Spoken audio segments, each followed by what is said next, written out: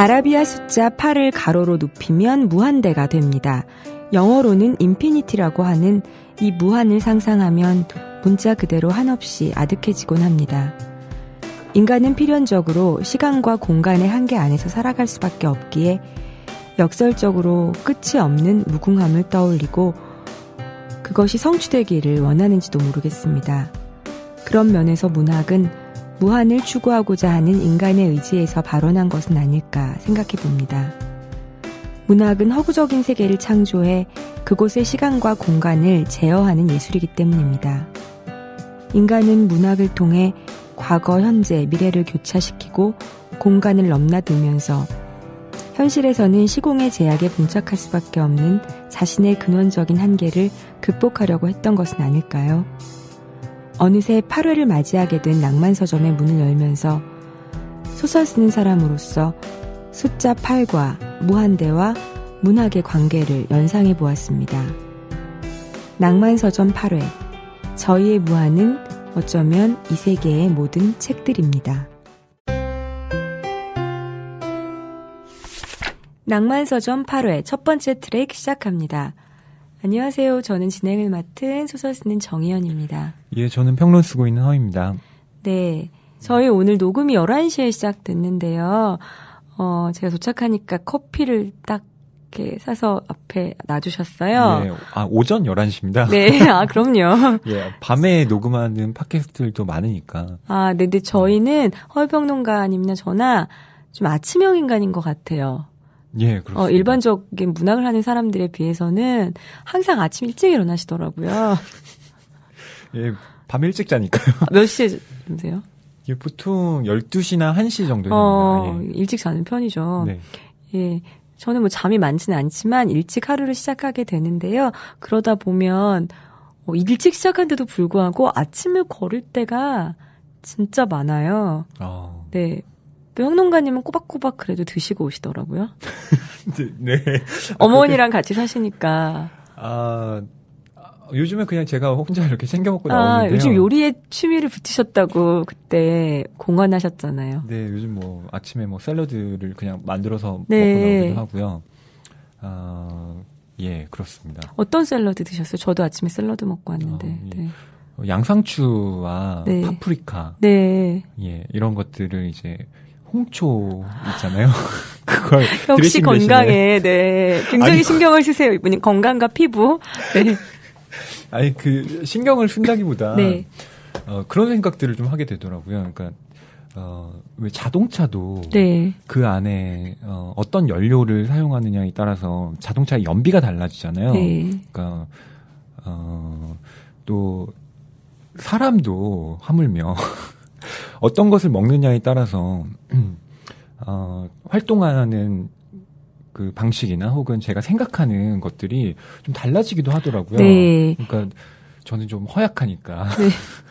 먹는 걸 아침에 뭐 고기를 삼겹살을 구워 먹거나 하는 것은 아니고 네 샐러드에 홍초를 뿌려서 드시고 오신 왜 그런 거 아닙니다. 네. 이거 다분히 오해의 소지가. 네, 저희는 네 오해 좋아합니다. 네, 굉장히 유명한 말이 있잖아요. 그대 무엇을 먹는지 말해라. 그럼 내가 당신이 누구인지 말해주겠다라는 문장이 있는데요. 프랑스의 법률가이자 유명한 미식가였던 브리아 사바랭이라는 사람이 한 말이라고 합니다. 예. 네. 뭐 한 끼에 해당하는 건 아니겠지만 주로 무엇을 먹는지 그리고 뭐 누구랑 먹는지 그 사람의 그 먹는 모습을 보면 저도 그 사람이 어떤 사람인지 대략은 짐작할 수 있을 것 같아요. 네. 네.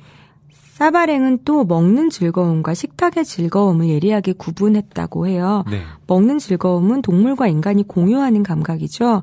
배가 고파서 뭘 먹고 나면 배부르다. 라고 느끼는 그 되게 직접적인 감각인데요. 그에 반해서 식탁의 즐거움은 식사 때 사람, 사물, 사건들의 다양한 상황을 음미하는 네. 그런 감각이죠. 아무리 맛있는 것을 먹는다고 해도 예. 쉽게 말하면 뭐 불편한 사람이랑 먹으면 맛이 없었던 느낌 뭐 네. 이런 것들 혹은 어떤 미식 문화라는 것들 이런 것들이 다 여기 포함되는 네, 그런 개념이겠죠. 예. 네. 예, 저희 오늘 낭만서점 8회 주제는 음식에 관련된 것입니다. 저희가 무엇을 먹을까? 네. 혹은 무엇을 먹는가? 먹는가? 네. 예, 무엇을 먹을까는 약간 네.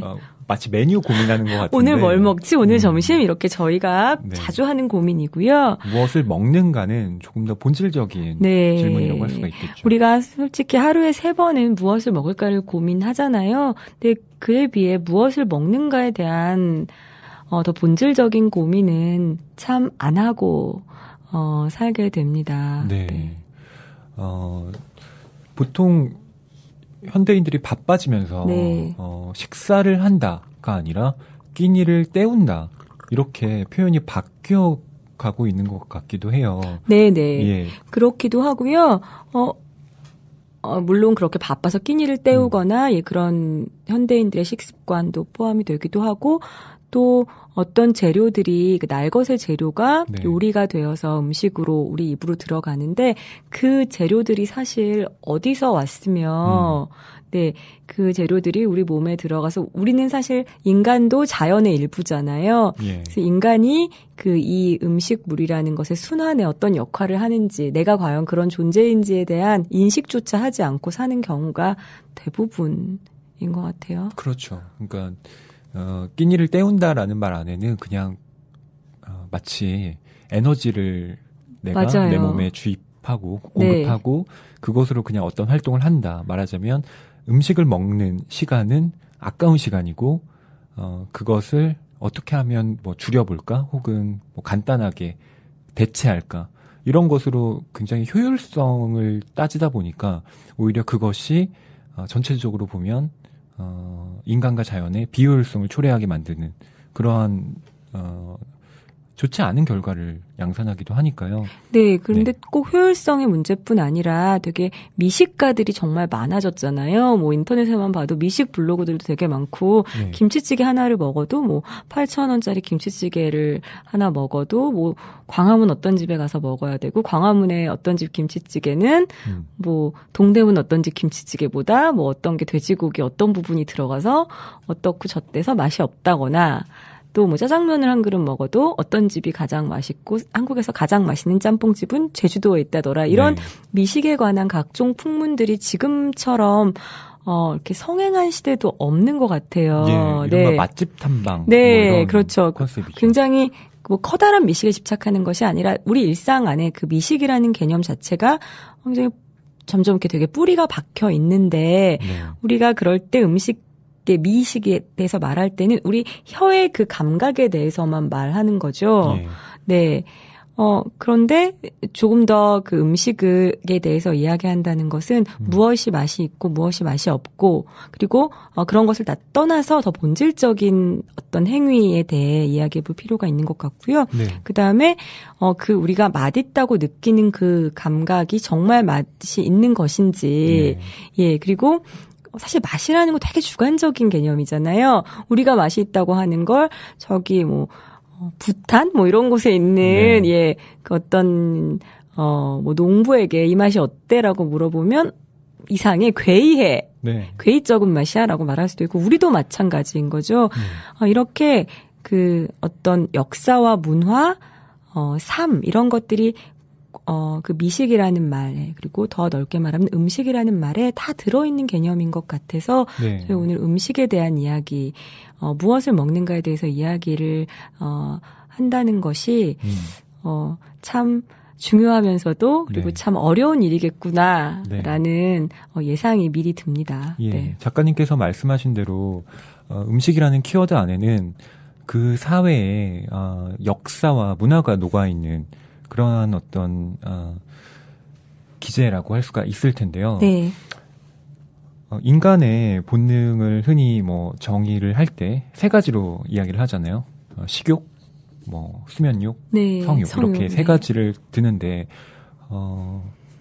이 식욕에 대해서는 약간 직물적으로 접근하는 경우가 많은 것 같아요. 특히 매스컴 같은 경우는 네. 어떤 음식이 맛있고 뭐 식신이라고 해서 네. 많이 먹는 네. 혹은 뭐 고기가 좋아요 뭐 이런 어떤 네.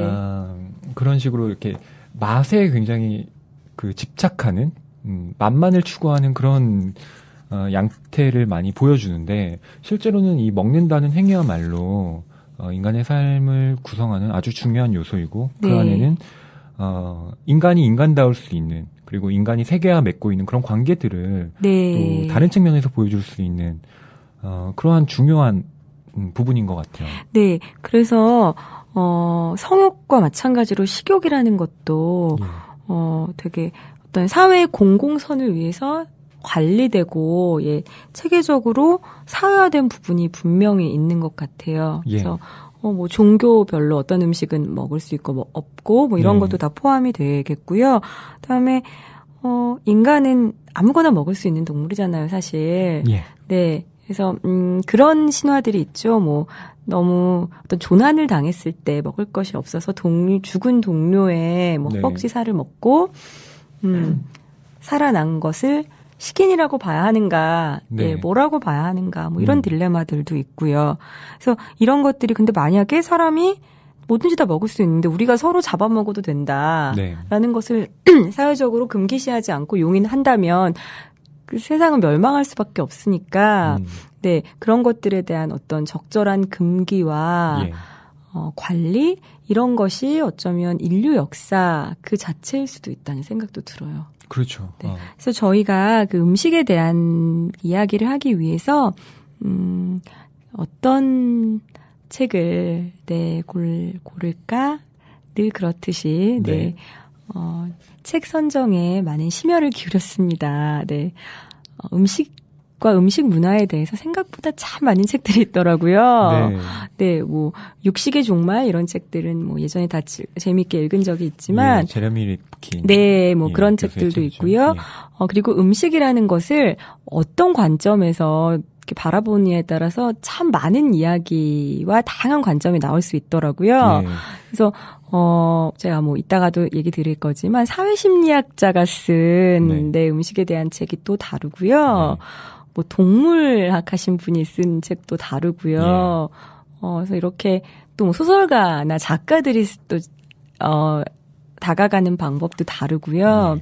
이렇게 되게 재미있었어요. 다양한 방법론들이 존재하고 있는 것 같아요. 그래서 저희가 책을 서로 이렇게 논의를 할 때도 뭐 로알드 달의 맛이라든가 그런 작품부터 시작해서 뭐 여러 가지 책들이 거론이 됐던 것 같아요. 네, 그래서 음식을 어떤 방식으로 접근하느냐 저희가 크게 두 가지로 나눌 수 있지 않냐라며 거칠게 결론을 내리기도 했는데요.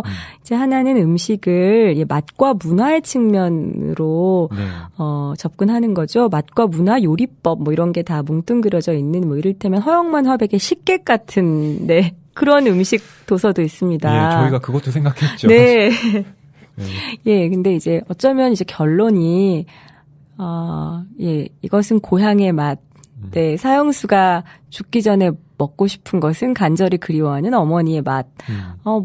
그걸로 뭐 위대하고 뛰어난 이야기를 할 수 있지만, 그래서 우리가 무엇을 먹는가에 대한 아주 근본적인, 그런 답을 제시해 줄 수 있을까에 약간 또 의문에 봉착했어요. 그렇죠. 네. 그래서 또 한 가지는 어떤 게 있을까요? 또 한 가지는, 아까 전자가, 이른바, 인간학적인 측면.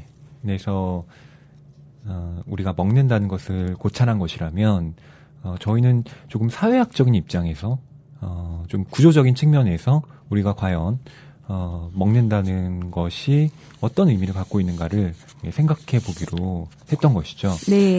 그래서 저희가 결정한 책은 마이클 폴란 교수의 잡식 동물의 딜레마라는 책입니다. 네. 솔직히 말씀드리면 이 책 저희가 정하기 전까지 둘 다 안 읽어봤습니다. 그러니까 이런 책이 있다는 거 정도는 대충 알고 있었고요. 일단 근데 저희가 수많은 그 음식 관련 서적의 이름을 입에 오르내리게 하다가 잡식 동물의 딜레마? 우와 멋지다. 이 말 한마디가 정말 그 저희의 딜레마를 저희가 왜 음식을 가지고 이렇게 설왕설래 했는지를 딱 보여주는 이 제목이었어요. 잡식동물의 딜레마. 우리가 무엇이든지 먹을 수 있는 그런 동물로 태어났기 때문에 그렇죠. 예, 이런 딜레마를 안고 살아갈 수밖에 없다는 것. 네. 네. 제목이 좀 의미심장한데요. 인간의 딜레마가 아니라 인간을 잡식동물로 치환한 다음에 네. 말하자면 인간의 특수한 종이 아니라 보편적인 동물로서의 인간을 정의하고 그것이 갖고 있는 괴리를 이 책에서 설명하고 있다는 점에서 저희의 눈길을 끌었죠. 네. 근데 이제 책을 막상 실물로 이렇게 보니까 두껍네요. 네. 500쪽이 넘습니다. 깜짝 놀랐습니다. 네, 가격을 보고 일단 또 한번 놀랐습니다. 25,000원. 하드커버 아닌데. 네, 하드커버 아닌데 이렇게 두껍고 무겁고 비싸기는 쉽지 않습니다. 저희가 물론 어떤 가격과 두께로 네. 어떤 책을 평가하는 것은 아니지만 기본적으로 그런가요? 예, 네. 좀 우선 접근하기가 상대적으로 쉬운 책은 아니었다라는 네. 점은 말씀드릴 수 있을 것 같고요. 하지만 내용을 읽기 시작하면 네. 생각보다 이 500페이지가 금방 네. 읽히는 책이기도 합니다. 네, 초반에 좀 어렵다는 생각을 솔직히 지을 수가 없었는데요. 그러니까 어떤 한 100페이지 정도가 이렇게 넘어가게 되면 어느 순간 이 안에 빨려 들어가서 네. 예, 이 화자와 저를 동일시하면서 네. 마이클 폴란 교수가 네, 되셨군요. 네, 마이클 폴란이 돼요. 그래서 우리에게는 어떤 고기인 것인가. 나는 또 제가 고기를 먹고 이 뒷부분을 읽었거든요. 결혼식에 가서 되게 두꺼운 스테이크를 약간 덜 익혀진 것 같은 그런 스테이크를 먹고 와서 이것을 읽으니까 정말 네, 많은 생각이 들더라고요.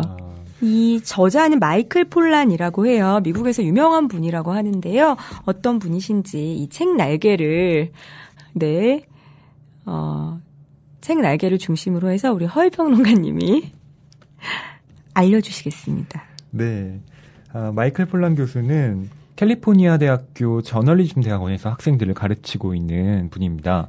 제2의 천성, 욕망하는 식물 등의 책을 썼다고 하고요. 또 잡식동물의 딜레마를 통해서 많은 관심을 받기도 했습니다. 우리나라에 소개된 것은 2008년이죠. 네. 예, 2008년에 번역이 되는데 그해 동아일보, 문화일보의 올해의 책으로 선정되기도 했습니다. 네. 예, 그리고 또 뭐 TV 책을 말하다에서도 다루기도 한 유명한 책입니다. 네. 보면 저널이 참 좋아할 것 같은 책이에요. 그런 책들이 있거든요. 네. 근데 보면 음식이라는 소재를 통해 정치, 경제, 문화 등 사회 전반의 문제를 역사적이고 철학적이면서도 매우 유머러스하고 문학적인 방식으로 풀어가는 그의 필력은 독자들의 감탄을 자아낸다. 라고 했습니다. 네. 저는 역사적이고 철학적이고 네. 유머러스하다고 생각해요. 여기까지는 동의하는데 네. 문학적인 방식인지는 네, 문학적이라는 것은 또 역시 굉장히 주관적인 네, 말이니까. 근데 어쨌든 필력이 대단하다는 것만은 인정하지 않을 수 없고 그리고 무엇보다 그 하나의 주제, 자기가 천착하는 하나의 주제를 위해서 어떤 모험도 마다하지 않는 분인 것 같아요. 네, 직접 버섯도 캐러 가고 닭도 잡아보고 네. 예. 뭐 농장에서 일을 해보기도 하고, 이렇게 그 자신의 어떤 경험 연구죠. 그 어떤 학문적인 아카데믹한 목적을 위해서 어떤 경험도 이렇게 불사하면서 몸으로 그 체험한 그런 것들을 또 이 책 안에 이렇게 녹여놓고 있기도 합니다. 예. 마이클 폴란 교수가 천착하고 있는 문제는 뭐 제목에도 나와 있지만 잡식 동물이 갖고 있는 딜레마를 본인이 직접 경험함으로써 네. 그것을 한번 접근해보자. 뭐 이른바 질적 연구의 차원에서 지금 네. 예, 사회과학적으로 접근해 들어가고 있는데요. 이렇게 머릿말에서 쓰고 있습니다. 무엇을 먹을까 하는 문제는 모든 잡식 동물을 괴롭혀왔다. 자연이 제공하는 모든 것을 먹을 수 있을 때는 무엇을 먹을까 결정하는 일이 필연적으로 불안을 일으킨다. 눈앞에 놓여 있는 먹을거리가 병을 일으키거나 목숨을 앗아갈 가능성이 있을 때는 특히 더 그렇다. 이것이 바로 잡식 동물의 딜레마다. 네. 이렇게 어렵게 말하지 않더라도 저 같은 경우에는 제가 이제 마트에서 장을 보는 사람이잖아요. 그러면 그 마트에 들어가면 일단 정말 딜레마에 빠져요. 거기 들어온 것은 일단 입으로 들어가도 된다고. 예. 네.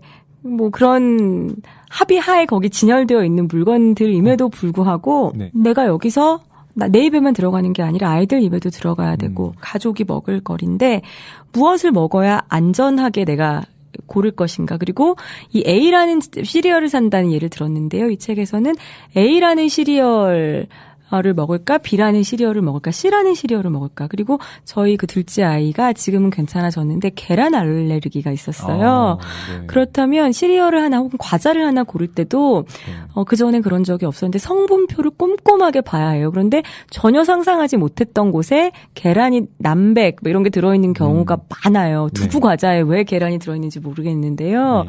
그래서 그렇게 성분표를 꼼꼼하게 보면서 이 땅에서 만약 내가 채식주의자로 살아간다면 정말 어려운 일이겠구나. 이런 가공식품 하나를 고르는데도 과자도 마음대로 먹지 못할 수도 있겠구나. 그 안에 들어간 크림 안에 무엇이 들어있는지 웨하스를 하나 고른다면 예전에는 그냥 웨하스는 과자야 이랬다면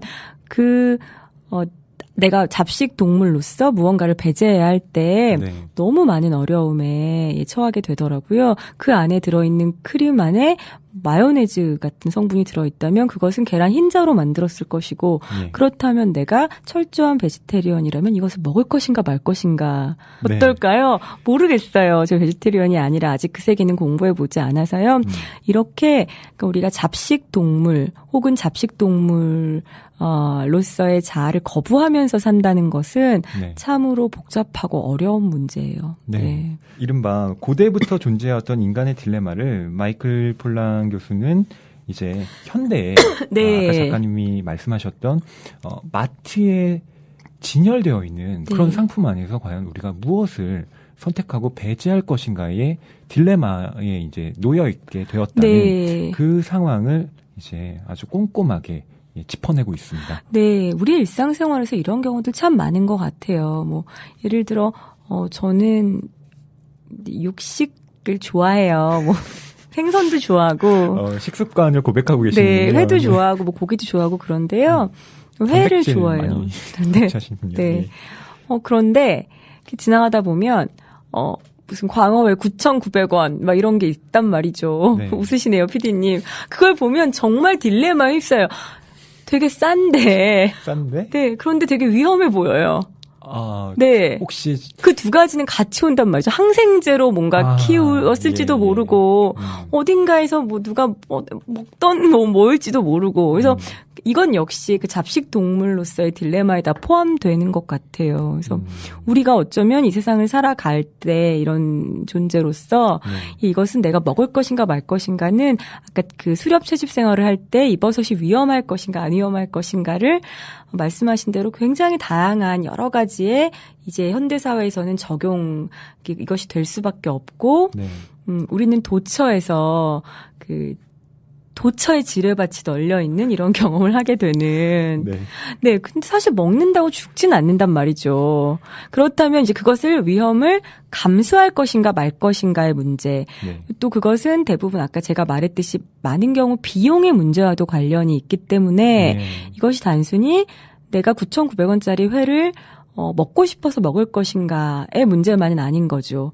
내 지갑에 얼마가 들어있는가, 나는 식비로 얼마를 쓸 수 있는가의 문제와도 정말 밀접하게 관련이 되어 있고 되게 첨예하게 생각해 볼 수밖에 없는 그런 문제죠. 네. 현대인의 그 어떤 식품 구매가 예전에는 시장을 중심으로 이루어졌다면 재래시장이죠. 그렇죠. 판매자와 그것을 구입하는 자, 공급자와 수요자가 이렇게 눈을 마주 보면서 이거 내가 키운 콩나물인데 500원만 깎아주세요. 이러면서 샀단 말이죠. 그러한 어떤 공급과 수요가 이루어졌다면 지금은 저희 소비자들로서는 생산자가 누구인지가 그러니까 개인이 보이지 않는 거예요. 네, 그럼요. 어떤 회사는 네. 알게 되죠. 예를 들어 뭐 어떤 대기업 어디서 만든 것이다. 파리 이런 XX에서 만든 예. 샌드위치. 그렇죠. 그런 것들은 알 수 있지만 정확하게 이것을 어디에서 이 원료가 왔고 이것을 누가 만들었는지는 다 가려져 있는 상태에서 우리는 브랜드를 가지고 어떤 식품을 선택하게 된다는 것이죠. 네. 그래서 우리의 그 한 끼 식사도 그 산업사회의 거대한 톱니바퀴에 되게 작은 사소한 하나가 될 수밖에 없게 된 거죠. 네, 그렇습니다. 그래서 이 잡식 동물의 딜레마에서는 이것을 산업적 음식 사슬이라는 챕터에서 설명을 하고 있습니다. 예. 이 잡식 동물의 딜레마는 되게 단순한 챕터 구성으로 되어 있어요. 네, 크게 세 가지 부분으로 나누어져 있는데요. 네. 예, 첫 번째는 산업적 음식 사슬. 이때 번역이 그러니까 원래는 이제 원문에는 푸드 체인이라고 돼 있어요. 네. 저희는 체인. 흔히 먹이 사슬이라고 네네. 얘기하죠. 예, 그것을 이제 번역자는 여기서는 뉘앙스상 음식 사슬이라고 하는 게 더 맞다라고 네. 해서 이렇게 번역을 한 것이고요.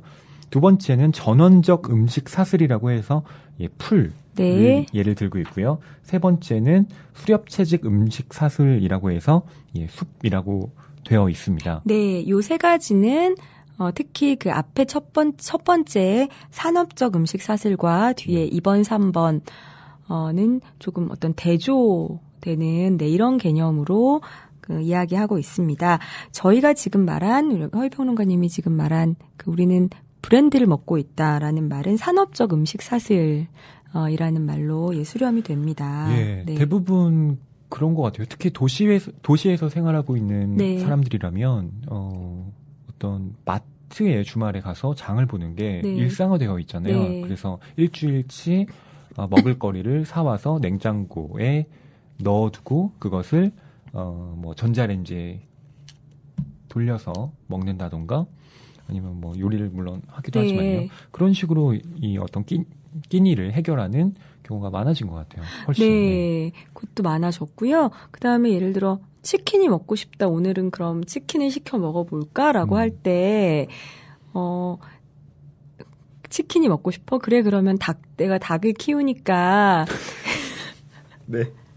우리 집 베란다에 있는 닭장에서 오늘 가장 통통한 놈을 골라볼까? 이런. 네. 네. 이런 도시인은 거의 안 계시잖아요. 물론 애완으로 닭을 키우는 경우는 좀 봤어요. 네. 근데 저 아는 사람은 어렸을 때 아파트에서 병아리 키우던 병아리가 닭이 되어서, 네. 근데 이제 어머니가 그걸 직접 잡아 먹지는 못하니까 경비 아저씨들한테 잡아 먹으라고 줘서 이분이 굉장히 멘탈이 붕괴됐던 경험을 들은 적이 있는데요. 예. 그런 특이한 경우가 아니고서야 사실은 도시 생활에서 그런 먹거리를 직접 키우기가 쉽지 않으니까 닭이 먹거리 좀 이상하긴 하지만 어쨌든 치킨을 먹자 그러면 저희는 어쨌든 그 브랜드화된 치킨에 오늘은 교 X 치킨을 먹어볼까? 아니야 페리 X 나 치킨이 더 맛있어. 아니야 우리 어제 먹었잖아. 오늘은 무슨 비비 X 치킨을 먹어보자. 이렇게 그 치킨을 브랜드로 이야기하거든요. 네, 맞습니다.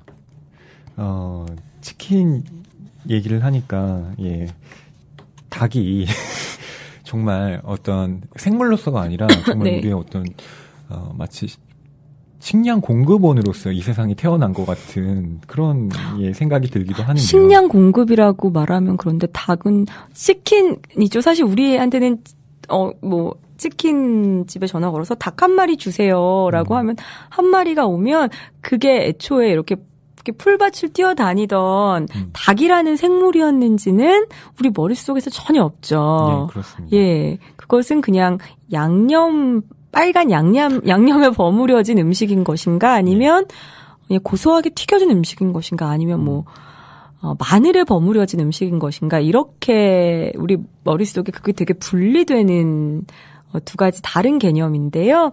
산업적 음식 사슬에서는 바로 그 이야기를 하고 있습니다. 예, 바로 그렇습니다.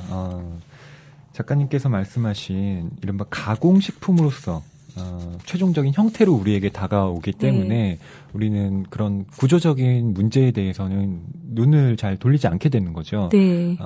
우리가 먹고 있는 닭이 실제로는 양계장에서 아주 비좁은 네, 맞아요. 예, 울타리 안에서 갇혀 있고 네.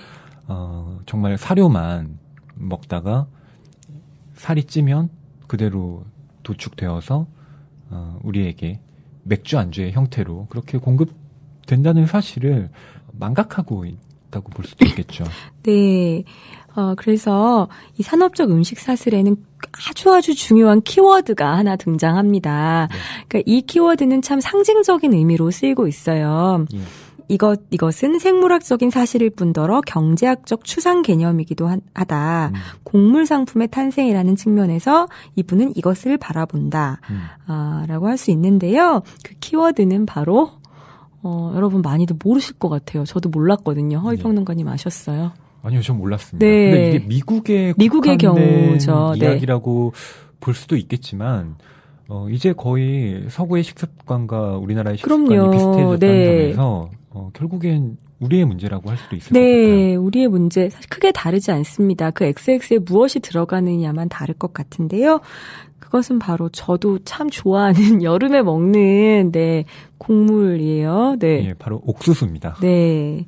옥수수가 곡물을 넘어서 어떻게 그 산업적인 카테고리 안에 들어왔고 우리의 산업적인 음식 사슬에 근간을 이루게 되었는지를 추적해 보고 있습니다. 네. 이게 너무 재밌더라고요. 저는 이 장이.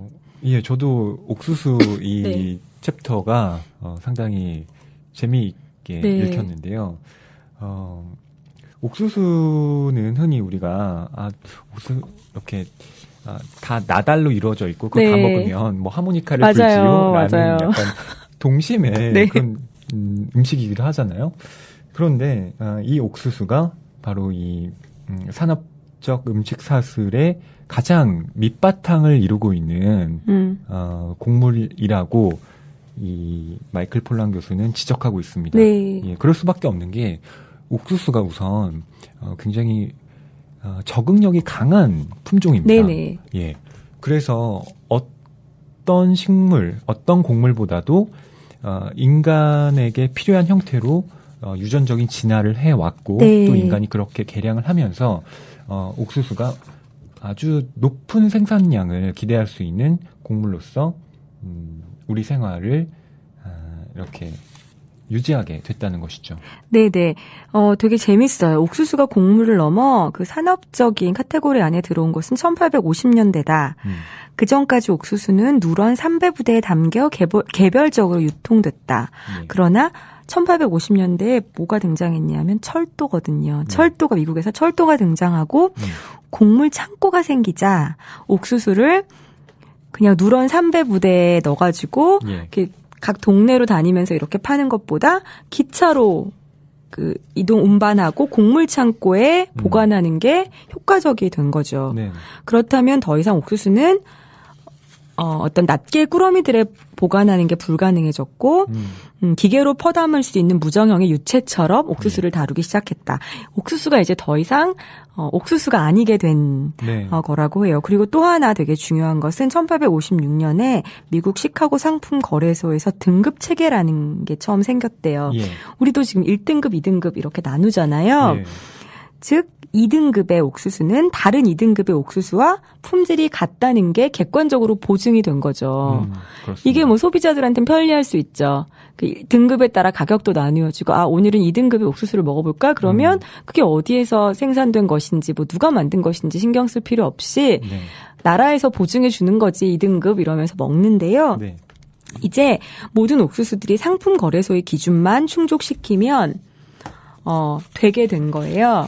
그래서 그 옥수수는 누가 어디서 생산한 제품인지는 상관할 필요가 없게 됐다. 농부들은 자기 옥수수를 자랑스러워할 필요가 없게 된 것이다.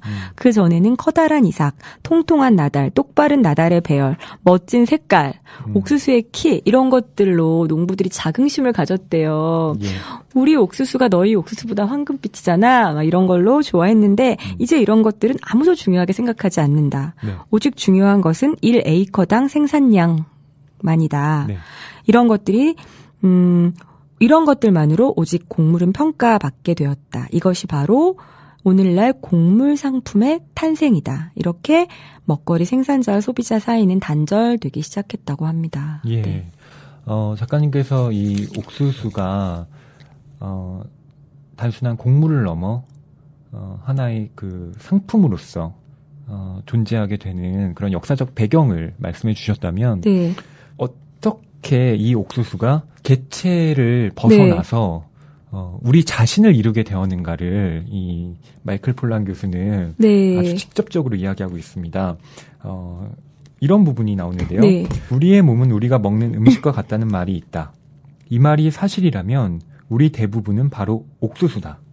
좀 더 정확히 말하면 가공된 옥수수다. 이러한 추정은 과학적으로 증명할 수 있다. 그러면서 이 탄소 분석을 이 1장에서 그 결과물을 제시하고 있는데요. 네. 옥수수가 갖고 있는 탄소 그 측정기로 분석을 하게 되면 가공을 아무리 한다고 해도 그 섭취가 된 최종적인 형태로서의 탄소는 그대로 남아 있다는 것이죠. 그래서 뭐 소의 어떤 그 탄소 분석을 해도 또 인간의 탄소 분석을 해도 끝까지 이 옥수수가 갖고 있는 탄소는 사라지지 않는다는 거예요. 남아있대요, 옥수수는. 네.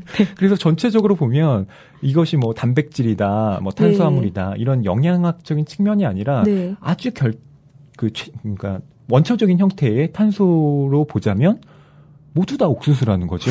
왜냐하면 그 생산된 옥수수를 소가 먹고 그 소를 다시 인간이 먹기 때문에 그러게요. 예, 마치 그 옥수수가 차곡차곡 축적되어서 최종적인 형태로 인간에게 저장되는 예, 그러한 어떤 문제를 이야기하고 있습니다. 네. 이제 이 마이클 교수가 관심을 가지는 것은 결국 그래서 산업적 음식 사슬은 어떻게 옥수수를 스테이크로 바꾸게 되었는가. 네. 예, 그런 문제인데요. 이거는 2차 대전 이후, 미국으로 따지면 2차 대전 이후로 거슬러 올라가야 된다고 해요. 맞습니다. 예. 그때 그 군수품 공장에서 질산 암모늄이 남아 돌았기 때문에 비료의 원료가 되는 거죠. 그걸로 비료를 만들기 시작을 한 거죠. 질산 암모늄으로. 예, 원래는 폭탄을 만드는 원료였는데 그것이 인간의 그 생존을 위한 하나의 뭐 좋은 가공물로 바뀐 것이죠. 예. 근데 그 비료로 옥수수를 만들기 시작을 한 거예요. 옥수수는 아까 말씀하신 대로 되게 빨리 자라고 그렇다고 하니까요. 그러면 근데 그만큼 어쩔 수 없이 잉여분이 생기게 되잖아요. 옥수수 잉여분이 생기고 옥수수는 기필코 빨리 소비돼야 하는 산업사회의 아주 중요한 한 요소가 되어버리고 그렇다면 이걸 어떻게 할 것인가. 소에게 먹여보자. 이렇게 된 거죠. 근데 소는 여러분도 당연히 다 아시겠지만 풀을 먹는 동물이잖아요. 예. 원래 소는 옥수수를 먹지 않았던 동물인 거죠. 네. 예. 옥수수로 만든 사료. 네. 그래서 소는 소화기관이 뭐 다들 잘 아시다시피 그러니까 반추 동물. 그러니까 풀을 되새김질함으로써 에너지를 얻는 동물인데 이 곡물을 섭취하게 되면 이 반추가 사실상 불가능하다고 해요. 그래서 그 가스가 생기고 잘못하면 소가 이렇게 죽을 수도 있는 그러한 위험 요소를 갖고 있는데 인간들은 그걸 알고 있지만 방법을 하나 발견해냈죠. 바로 소의 도축 기간을 줄이는 것입니다. 아니, 도축 기간이 아니라 사료를 먹이는 기간을 최대한 줄이고 그 안에 빨리 살을 쪄서 도축하는 빨리 도축하는 그런 방식으로 바뀌어버린 것이죠. 그래서 좀 끔찍한 이야기지만 소를 이렇게 도축을 하고 보면 그 안에 뭐 궤양이라든가 일종의 종양 같은 것이 발견된다고 해요. 간 질환에 걸린 소도 아주 많고요. 이제 인간은 그런 것들을 이제 다 뭐 떼어버리고 내장 기관 다 떼고 이제 살만 먹으니까 뭐 잘 인식하진 않지만 그런 것들이 이제 문제가 되기 시작하는 것이죠. 네. 그래서 말씀하신 대로 그 이제 소들이 대량으로 집중 가축 사육 시설이라고 여기서는 말하는데요. 그런 곳에서 자라죠. 이 옥수수가 없다면 이것도 없을 것이다라고 이 사람은 말하고 있는 건가요? 기본적으로는 저는 이 저자의 문제의식을 그렇게 받아들였습니다. 네, 가장 핵심적인 문제는 바로 바보야, 문제는 옥수수야 이렇게 이야기하고 네. 있다라고 예, 보는데요. 예, 모든 것이 그 하나의 사슬 안에 연결이 되어 있다는 말에서 되게 그 핵심되는 어떤 열쇠말이 옥수수인 거죠. 네. 사실상 그 산업 자체를 다른 식으로 전환할 수 있다면, 네, 그렇죠. 예, 그런 가축, 네, 로서의 문제도 해결될 수 있는. 네. 그런 지점이라는 점에서 저한테는 상당히 흥미로운 지점이었습니다. 네. 왜냐하면 이 문제를 저는 단순히 도식적으로 좀 이해를 했는데 소나 돼지를 먹는 게 문제라기보다는 그 안에서 그 되게 좀 비윤리적으로 사육되고 있는 동물의 행복이라고 하면 좀 네, 그렇지만 그럴 수도 있죠. 예, 네. 그런 시설을 좀 개선하면 네. 나아질 수 있지 않을까? 저는 되게 네. 피상적으로 생각했거든요. 송아지의 짧고 불행한 삶에 대해서 좀 뭐 이렇게 그냥 방목도 좀 하면서 이렇게 좀 목가적으로 전 생각을 했었어요. 그런데 사실은 그럴 수 없는 구조적인 문제가 지금 이 안에 있다는 점에서 근본을 적시하지 않고서는 어떠한 해결도 힘들겠구나 싶은 생각이 들었습니다. 이런 말을 하고 있어요. 예전에 고기는 뭐 우리나라도 더 하면 더 한데요. 대부분의 가정에서 아주 특별할 때만 먹는 음식이었다. 근데 지금처럼 고기가 흔해진 시대가 없었다라고 하죠. 이것도 역시 그 사슬의 한 축입니다. 많이 생산되고 그만큼 값싸게 공급이 되고 중요한 에너지원이라고 이야기가 되고 맛이 있고 또 여러 가지 요리법이 개발되고 당연히 먹어야 될 것처럼 이야기되고 그러니까 그만큼 많이 먹기도 한단 말이죠. 어떤 경우에는 정말로 하루 세 끼에 다 고기가 들어간 음식을 먹을 때도 있어요. 아침에 뭐 설렁탕 먹고 왔는데 점심에 뭐 무슨 덮밥 먹었는데 거기 고기가 들어 있었고 뭐 또 저녁에도 꼭 고기를 나는 고기가 들어간 음식을 선택하지 않았음에도 불구하고 뭐 미역국을 먹었는데 고기가 들어 있다거나 이런 문제들에 대해서도 이야기를 하고 있습니다. 네, 예전에는 고기가 정말 좀 비싼 음식이었죠. 그래서 아까 설렁탕 말씀하셨지만 저 갑자기 그 소설이 떠올랐어요. 현진건의 운수 좋은 날. 거기에 보면 이제 병에 걸린 아내가 가장 먹고 싶어하는 음식이 설렁탕이었거든요. 그런데 이제 돈이 없으니까 그것조차 사주지 못해서 남편이 좀 괴로워하다가 그날 하루 좀 운이 좋아서 돈을 많이 벌게 되어서 이 설렁탕을 사가지고 집으로 가게 되죠. 그래서 아내에게 왜 먹지를 못하니? 왜 사는데 먹지를 귀한 못하니? 음식 이렇게 울부짖잖아요. 그러니까 되게 그 슬픈 이야기인데 그만큼 어떤 고기라는 음식이 귀했고 참 소중했던 것인데 지금은 흔하게 고기 먹지 뭐 이렇게 아무렇지도 않게 그렇게 되기도 하고요. 진짜로 그렇죠. 아침에 설렁탕 먹고 점심에 맥도날드 햄버거 먹었는데 돌아서면 오늘 고기를 안 먹었네 이렇게 생각하기도 한단 말이죠. 그래서 오늘은 그러면 저녁에 우리 만났는데 뭐 먹지? 뭐 곱창 잘하는 집 있는데 곱창구이나 먹으러 갈까? 그래서 그때서야 고기를 먹는 느낌에 휩싸이기도 하죠. 이렇게 정말 고기가 되게 흔해진 측면도 있는 것 같아요. 그리고 고기인 줄 모르게 뭐 패스트푸드 문화도 물론 한 몫을 그렇습니다. 하고 있고요. 그러니까 뭐 이 책에서 이야기하고 있는 건 우리가 육식을 하지 말고 그러면 뭐 채식을 해야 된다 이런 식의 주장을 하고 있는 것이 아니라 우리가 육식을 하는 데 있어서 과연 이렇게 쉽게 고기를 먹을 수 있는 그런 요인을 한번 생각해보자. 라는 그런 이야기를 하고 있습니다. 그래서 이분은 이 책을 쓰기 위해서 별대 다 가셨거든요. 근데 이런 그 534번 송아지를 만난 이야기도 전 되게 마음이 찡하더라고요. 작가님께서 그 부분을 조금 설명해 주시죠. 534번 송아지에 대해서. 이 마이클 폴란 교수께서는 그러니까 이 시스템이 어떤지를 잘 직접 보기 위해서 이런 사육시설 안에 있는 어떤 특정한 송아지, 534번 송아지인데요. 이제 그와 아이 컨택을 하기 시작했어요. 네. 그렇잖아요. 물론 모든 것은 다 의미가 없지만 내가 그의 이름을 불러주었을 때 그는 나에게로 들어와 하나의 의미가 되는 거잖아요. 네, 서로 존재의 네, 결합이죠. 1000마리의 송아지들은 아무것도 아니지만 걔가 534번 송아지를 내가 눈여겨보기 시작할 때 걔는 우리한테 특별한 존재가 되는 거니까요. 네.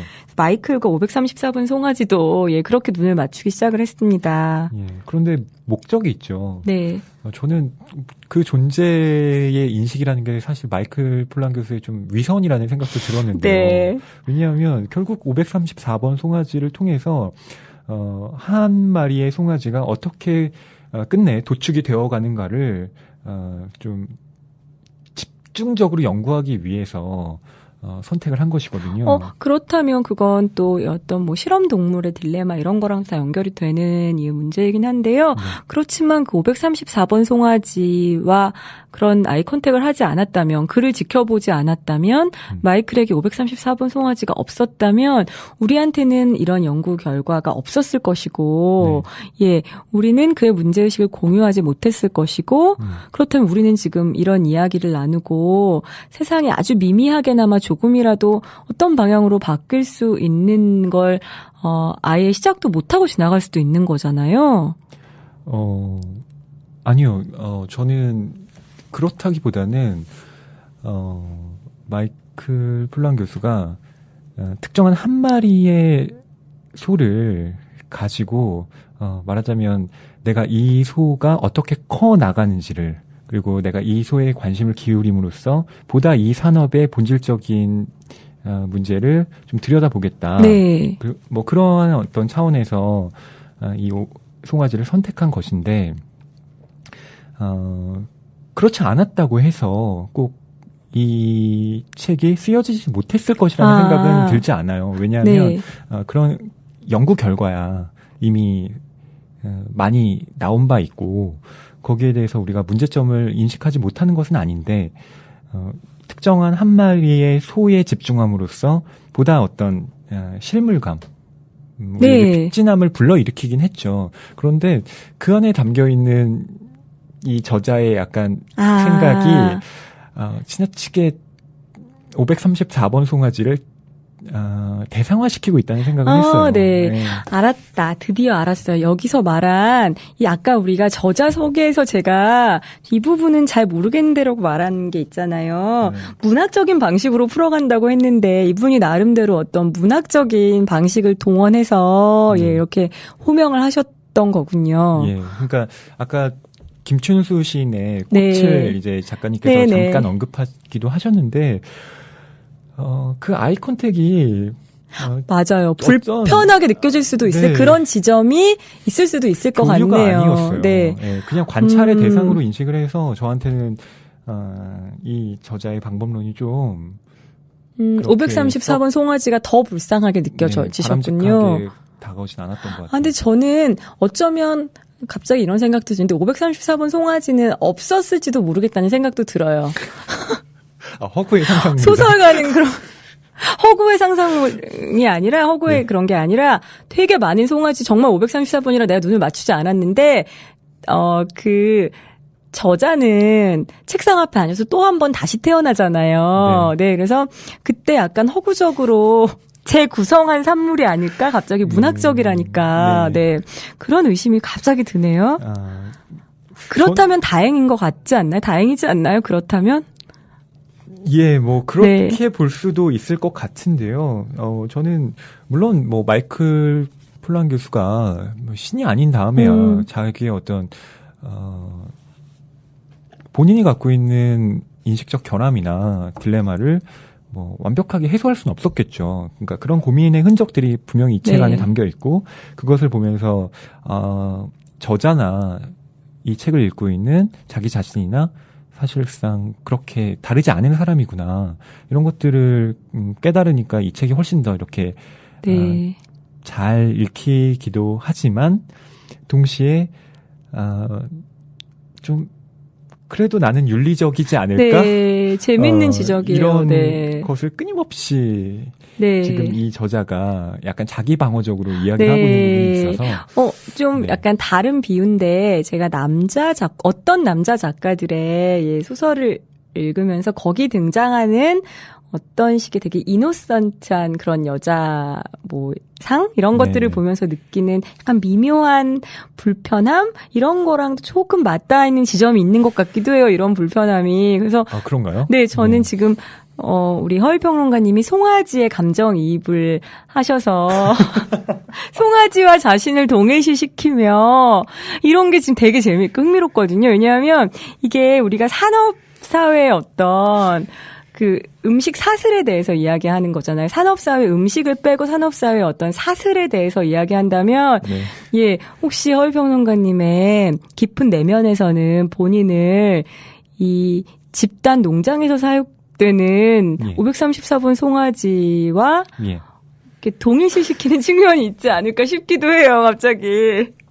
그리고 본인이 아니더라도 본인의 세대를 그래서 그런 알레고리로 볼 수도 있겠죠. 그래서 저는 미처 캐치하지 못하고 지나간 부분인데 허위평론가님은 되게 그런 것 같아요. 예리하게 그 지점을 잡아내실 수 있었던 것 같아요. 저 기성세대로서 반성합니다. 아닙니다. 예. 그 정도로 제가 뭔가 의도하고 이렇게 이 책을 본 건 아니고요. 다만 이런 생각을 좀 해봤습니다. 이 책에서 이야기하고 있는 것이 또 단일화되는 그러니까 모든 곡물을 옥수수로 치환하고 모든 동물을 어떤 소, 돼지 이런 식으로 동물을 되게 단순화시키고 그런 것들이 생물 다양성을 위협함으로써 그것이 생태계에서 악영향을 미치는 것에 대해서 지금 문제점을 지적하고 있거든요. 그런데 이것이 인간에 대한 유비로 확장시켜서 볼 수도 있다는 생각을 했어요. 네, 맞아요. 그러니까, 제가 아까 송아지 얘기를 들었지만 많은 지금 사회에서 다양성을 이야기하고 있긴 하지만 실제로는 큰 틀에서 비슷비슷한 인간들을 양산해내기를 은연중에 강요하고 있고 비슷한 송아지를 만들어내는 것처럼 마치 핑크 플로이드가 그 뮤직비디오에서 했던 그런 것처럼 비슷한 인간들을 계속 양산하고 있고 그것이 다양성을 결여한 형태로 지금 이 사회로 말하자면 지금 양산되고 있는 것이잖아요. 그런 식으로 지금 저는 무엇을 먹을 것인가를 통해서 맞아요. 그렇게 읽으시네요. 결국엔 어떻게 살아갈 것인가를 또 이렇게 보게 된 것 같기도 해요. 그래요. 그래서 훨씬 흥미진진한 독법입니다. 그렇게 읽는다면. 그래서 결론을 어떻게 내리고 있냐 하면요. 이 챕터에 옥수수의 승리는 과잉 생산의 직접적 결과물이다. 그 결과는 옥수수 기르는 사람에게는 재앙이다. 그리고 값싼 옥수수가 일으킨 변화 때문에 모든 생물의 건강에 피해가 간다. 그래서 회심의 미소를 짓고 있는 옥수수의 모습을 그리고 있어요. 옥수수가 이제 내가 이 세계를 지배했다라고 최후에 웃고 있는 거죠. 모두 다 옥수수에게 몰려나고 옥수수 때문에 파산하고 인간은 신속하게 옥수수를 먹어치우고 있다. 그래서 옥수수는 자신을 길들인 인간들을 길들였다. 우리는 늘 먹고 또 먹는다. 마침내 완전히 만족하지는 못하지만 유감스럽게도 배가 부르다. 이게 바로 산업사회의 음식 사슬의 결론이라고 할 수 있습니다. 찔리더라고요. 그리고 물론 이 세부적인 부분에 대해서는 이렇게 우리 사이에 어떤 이견이 있을 수 있고 또 이 저자가 생각하는 거랑 제가 생각하는 것들이 조금 다를 수는 있지만 이 대전제에는 저는 공감할 수밖에 없었어요. 저도 그런 핵심적인 문제에 대해서는 같은 의견을 갖고 있고요. 옥수수가 문제라기보다는 옥수수를 산업화시킨 그 잉여분을 다른 방식으로 그러니까 생태계를 교란하는 형식으로 변환시킨 사람들에게 그 책임이 있다라는 그런 생각이 들더라고요. 그렇지만 또 그런 것들을 값이 싸다는 이유로 또 여러 가지 이유로 구매하고 또 불편하다는 이유로 예, 네. 그냥 편하게 먹던 거 먹지 그냥 이게 가장 편하잖아라고 하는 소비자에게 또 책임이 없냐 하면 그것도 아니라는 거 네. 그런 이야기들을 하고 있습니다. 그렇죠. 네. 그런데 태어나서 이제 뭐 분유나 모유를 떼고 네. 무엇인가 이제 이유식을 먹기, 시작하죠. 예, 시작하면서 눈앞에 보이는 것이 당장 햄버거 가게들이고 네. 뭐 마트에 가면 과자들이고 이렇게 성장을 한 사람들에게 어떤 다른 선택권이 있었을까? 그렇죠. 없어요. 왜냐하면 이유식이 언젠가부터 굉장히 중요한 네. 그런 화두가 됐거든요. 인간을 키우는데 저는 이제 제가 아이를 둘 키우다 보니까 사실 먹는 것에 대해서도 되게 생각을 많이 할 수밖에 없어요. 그러니까 뭐 주부로서 이런 건 별로 아니고요. 그렇다기보다 네. 소설가로서 인간을 관찰할 때 인간에게 음식이란 무엇인가를 이제 걔네들이 어떤 걸 처음 먹거나 무엇을 좋아하는지를 보면서 이렇게 새삼스럽게 깨닫게 되는 측면들이 있거든요. 그런데 이 현대에는 무엇보다 되게 베이비 산업이 정말 부흥했잖아요. 그래서 망하지 않으려면 결혼 산업과 베이비 산업을 해라, 뭐 아기에 관련된 산업을 해라, 두 가지 할 정도로 그래서 아기에 대한 무엇인가들이 굉장히 세부적이 되고 디테일해졌어요. 그래서 이유식 문화라는 게 정말 무지하게 발달했고 이유식 서적들이 되게 많아요. 큰 교보 문고를 비롯한 이 대형 서점의 인터넷 사이트에 들어가 보잖아요. 그럼 이제 순위가 나온단 말이죠. 보통 일반인들은 전혀 관심이 없을 우리 아이가 잘 먹는 이유식. 네, 이런 것들이 꼭 순위 안에 높은 순위에 있거든요. 네, 그런 실용서적, 유아서적들. 근데 그 실용서적이 그냥 실용서적, 유아서적 이렇게 단순화시키면 그 안에 들어있는 여러 가지 정치적인 의미들을 좀 캐치하지 못한다고 생각해요. 그래서 조금 더 이렇게 세부적으로 바라볼 필요가 있는데 그 이유식을 먹일 때 10년 전이랑 지금이 되게 지침이 달라졌대요. 그래서 많은 분들이 어떤 사람들은 어떤 소아과 의사는 과일을 먼저 시작하라고 하고 어떤 소아과 의사는 가장 중요한 건 철분의 보충이다. 그래서 무조건 질 좋은 쇠고기를 5개월 전에 먹여야 한다. 지금은 요런 게 트렌드예요. 트렌드죠, 사실. 그래서 지금 되게 각광받는 트렌드는 소고기를 되게 일찍 먹이는 거예요. 그래서 얘네들은 어떤 음식보다 요즘 아이들은 쌀죽과 소고기를 제일 먼저 먹거든요. 그것도 꼭 질 좋은 안심 부위여야 돼요. 기름이 많지 않은. 그렇군요. 네, 그래서 그때 돈 많이 들어요. 분유도 먹여야 되고, 막 소고기도 평소에 먹지 않은 막 한우 되게 좋은 등급의 안심 되게 비싸잖아요. 그런 거 그래서 그마트 정유 코너에 가면 그런 용도에 이렇게 다져놓은 소고기들을 또 따로 팔거든요. 그러니까 이렇게 자기가 무언지 선택할 수 없는 생후 5개월부터 얘는 이 시스템 안에 너무 자연스럽게 편입이 돼서 그렇게 먹기 시작하는 거예요. 그러니까 그렇게 5, 6개월부터 먹기 시작한 고기니까 지금 뭐 5살 이렇게 되면 너무 좋아하죠. 고기. 인생의 첫 맛이 고기니까요. 그렇죠. 네. 근데 정말로 그런지 그래서 인간에게 철분이 아이에게 철분이 모자라다면 그것은 어떻게 되고 다른 무엇으로 대체할 수 없는지 그래야 한다는 것이 아니라 그런 어떤 논의도 하지 않은 채 그냥 먹지 않으면 위험해. 너의 아이를 위험에 빠뜨리는 거야. 이렇게 말하는 것이 과연 그것만이 옳은가에 대한 질문을 한 번 더 던져볼 수 있을 것 같아요. 네. 저도 그렇게 생각합니다. 뭐 저야 뭐 아이가 없지만 우리가 다른 선택을 하기가 얼마나 힘든가를 납득시키는 그런 하나의 일면이 아닌가 생각을 하는데요. 그럼에도 불구하고 또 거기에서 벗어나는 다른 지점들을 우리가 생각해 보기 위해서 또 이 책을 선택한 것이기도 하고요. 네. 그래서 이 저자 마이클 씨께서도 다른 대안이 뭐가 있을까를 또 살펴보고 있어요. 그게 바로 두 번째 챕터와 세 번째 챕터로 이어지는 문제의식입니다. 두 번째 챕터에서는 그래서 이 산업의 반대 뭐가 있을까를 고민을 해서 그걸 전원적 음식 사슬이라고 이름을 붙였어요. 네. 그래서 두 번째 챕터에서는 우리가 유기농이라고 부르는 것, 요새 유기농 인증 스티커 참 많잖아요. 네. 근데 그것 또한 유기농 식품 산업이라는 말로 포괄될 수 있다라고 또 다른 문제를 제기하고 있습니다. 네. 그래서 저자는 우선 유기농도 산업이다라고 전제하고 있어요. 유기농 산업이 갖고 있는 문제점을 우선 이야기하고 있습니다. 예를 들어서 우리가 흔히 그냥 유기농 마크가 붙으면 저 식품은 안전하겠지라고 생각하지만 실제로 그것이 제도화되면서 어떤 기준만 충족시키면 안전하다라고 하는 그런 인식의 틀로 이상하게 바뀌어 버렸다는 거예요. 유기농의 어떤 고기라고 하면 우리가 뭐 소가 푸른 목장에서 이렇게 풀을 뜯고 있는 그런 모습으로 상상을 하지만 실제로는 그냥 유기농 사료를 먹이면 그 소가 말하자면 유기농 네. 소가 된다. 네. 이런 식으로 이제 그 국가에서는 인정을 해버린다는 것이죠. 그러니까 네.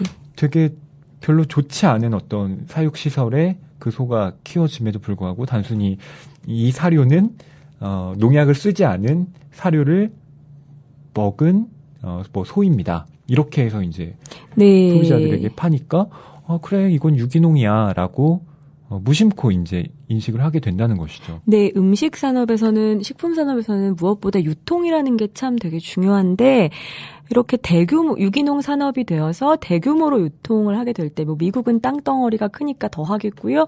우리도 마찬가지로 뭐 어디 저쪽 울릉도에서 키운 뭐 유기농 무슨 채소를 우리가 네. 먹죠. 근데 그것을 과연 정말 유기농이라고 할 수 있는가? 그 유통의 시간들이 있는데 이런 이야기예요. 그래서 유기농이라는 건 가능하겠지만 산업적 유기농이라는 것이 가능하냐라는 뭐 그런 물음일 수도 있고요. 또 저는 여기서 되게 재밌었던 게 이제 무슨 홀마트라는 데 간다고 하는데 그 판매대에서 유기농 상품들이 서로 매력을 뽐내고 있대요. 근데 거기에 개입하는 게 이야기예요. 스토리텔링의 시대잖아요. 네. 그래서 내가 더 유기농이야라고, 내가 더 좋은 유기농이야라고 이걸 경쟁을 스토리로 한다는 거죠. 네네.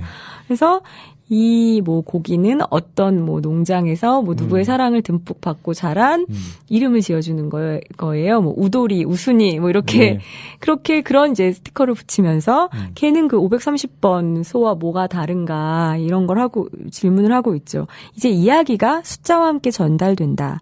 물론 그 이야기의 디테일을 채우는 건 소비자다. 소비자는 영웅, 즉 가족 농장 주인과 악당, 즉 기업을 창조하고 슈퍼마켓 목가극이라고 할 만한 문학 장르를 만들어냈다. 식료품의 라벨에 글을 쓰는 슈퍼마켓 시인들은 어떤가? 그들은 우리의 불신을 누그러뜨리려고 일한다. 이것은 참 유혹적인 문학 형태다. 그리고 문학평론가들은 이제 문학 작품이 아니라 슈퍼마켓에 가서 이런 것들을 평론해야 한다라고 유머러스하게 이야기하고 있기도 해요. 네.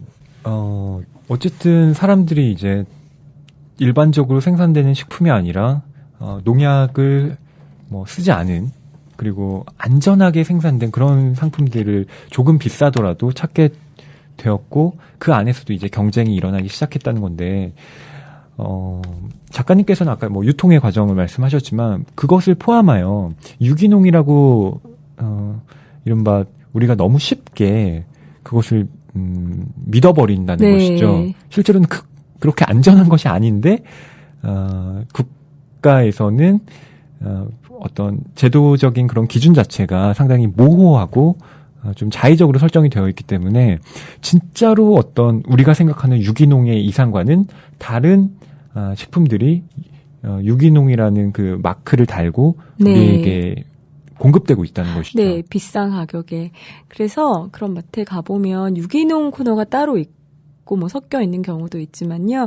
근데 어쨌든 유기농이 붙으면 심한 경우에 2-3배가 비싼 경우도 많아요. 채소의 경우에. 그렇습니다. 아니 이거 무슨 가지 하나에 얼마라고요? 이렇게 해서 보면 유기농 마크가 붙어 있거든요. 그러면 근데 그 가지 하나가 또 못 살 만한 가격은 아니란 말이죠.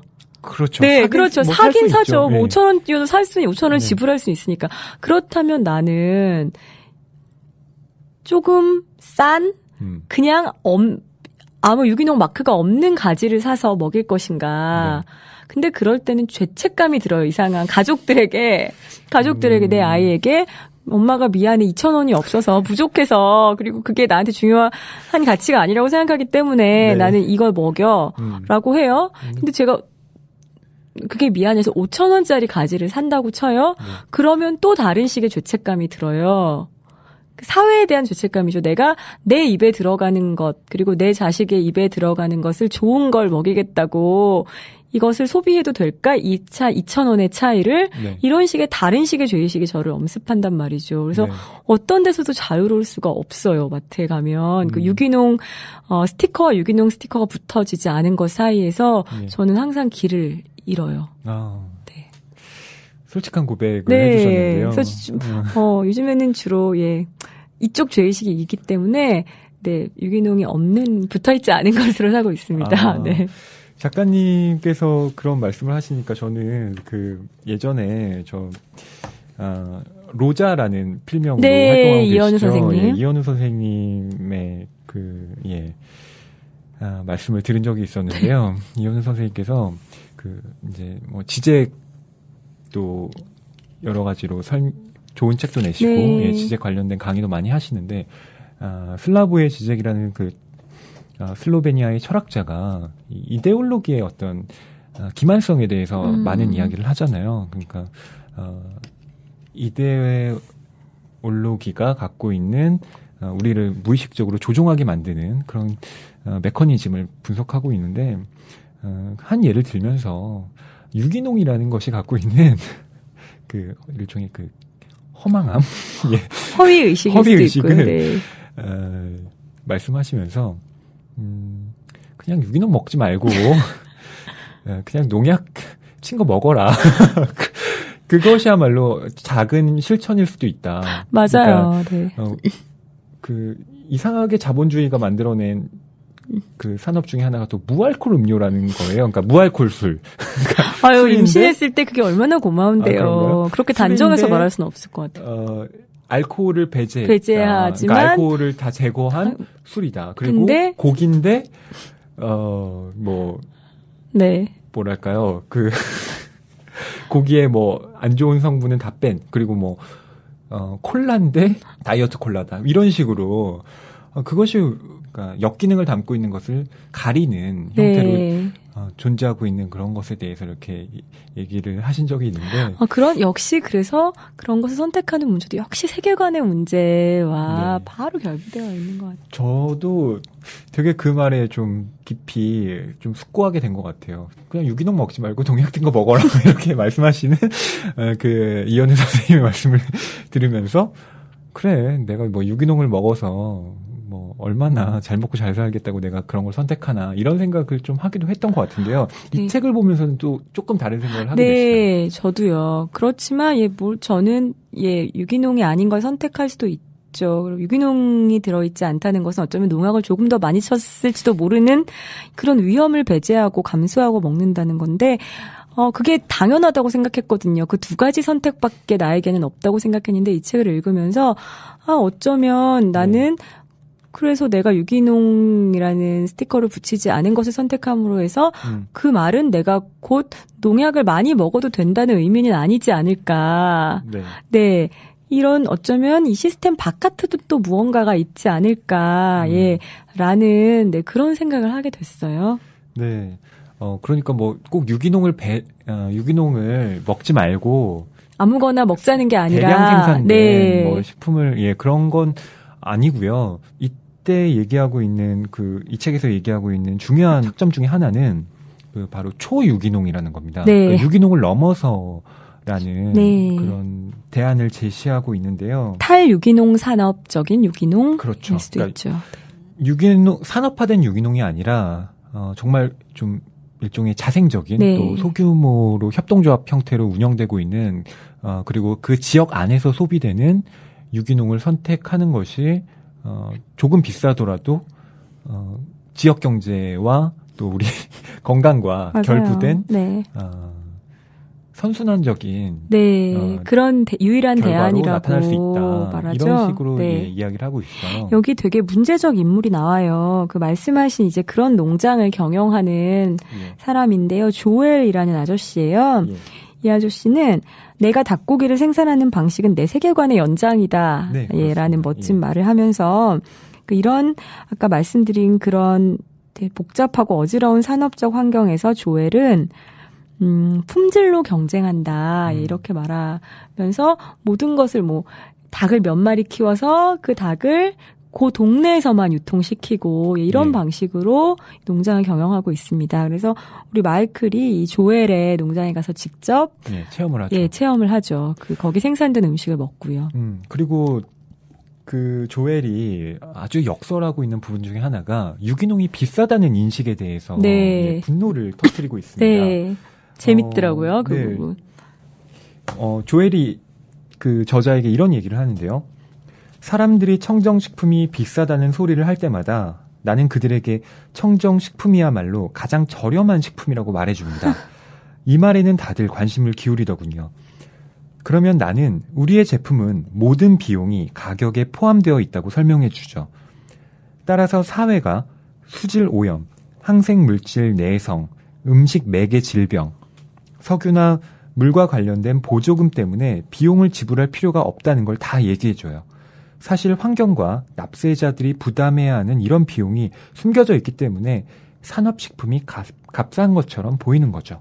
네. 네. 이렇게 네. 이야기를 하는데 저는 이 얘기를 듣고 되게 깜짝 놀랐습니다. 네. 저는 전혀 인식하지 못하고 있던 부분이었거든요. 네. 이건 동의할 수 있지만 또 많은 이견이 있을 수 있는 네, 그런 생각이죠. 네. 예를 들어서 작가님께서는 혹시 여기에 대해서 뭐 다른 생각을 갖고 계신가요? 네, 근데 이 마이클도 잠깐 문제 제기를 하긴 하는데요. 네.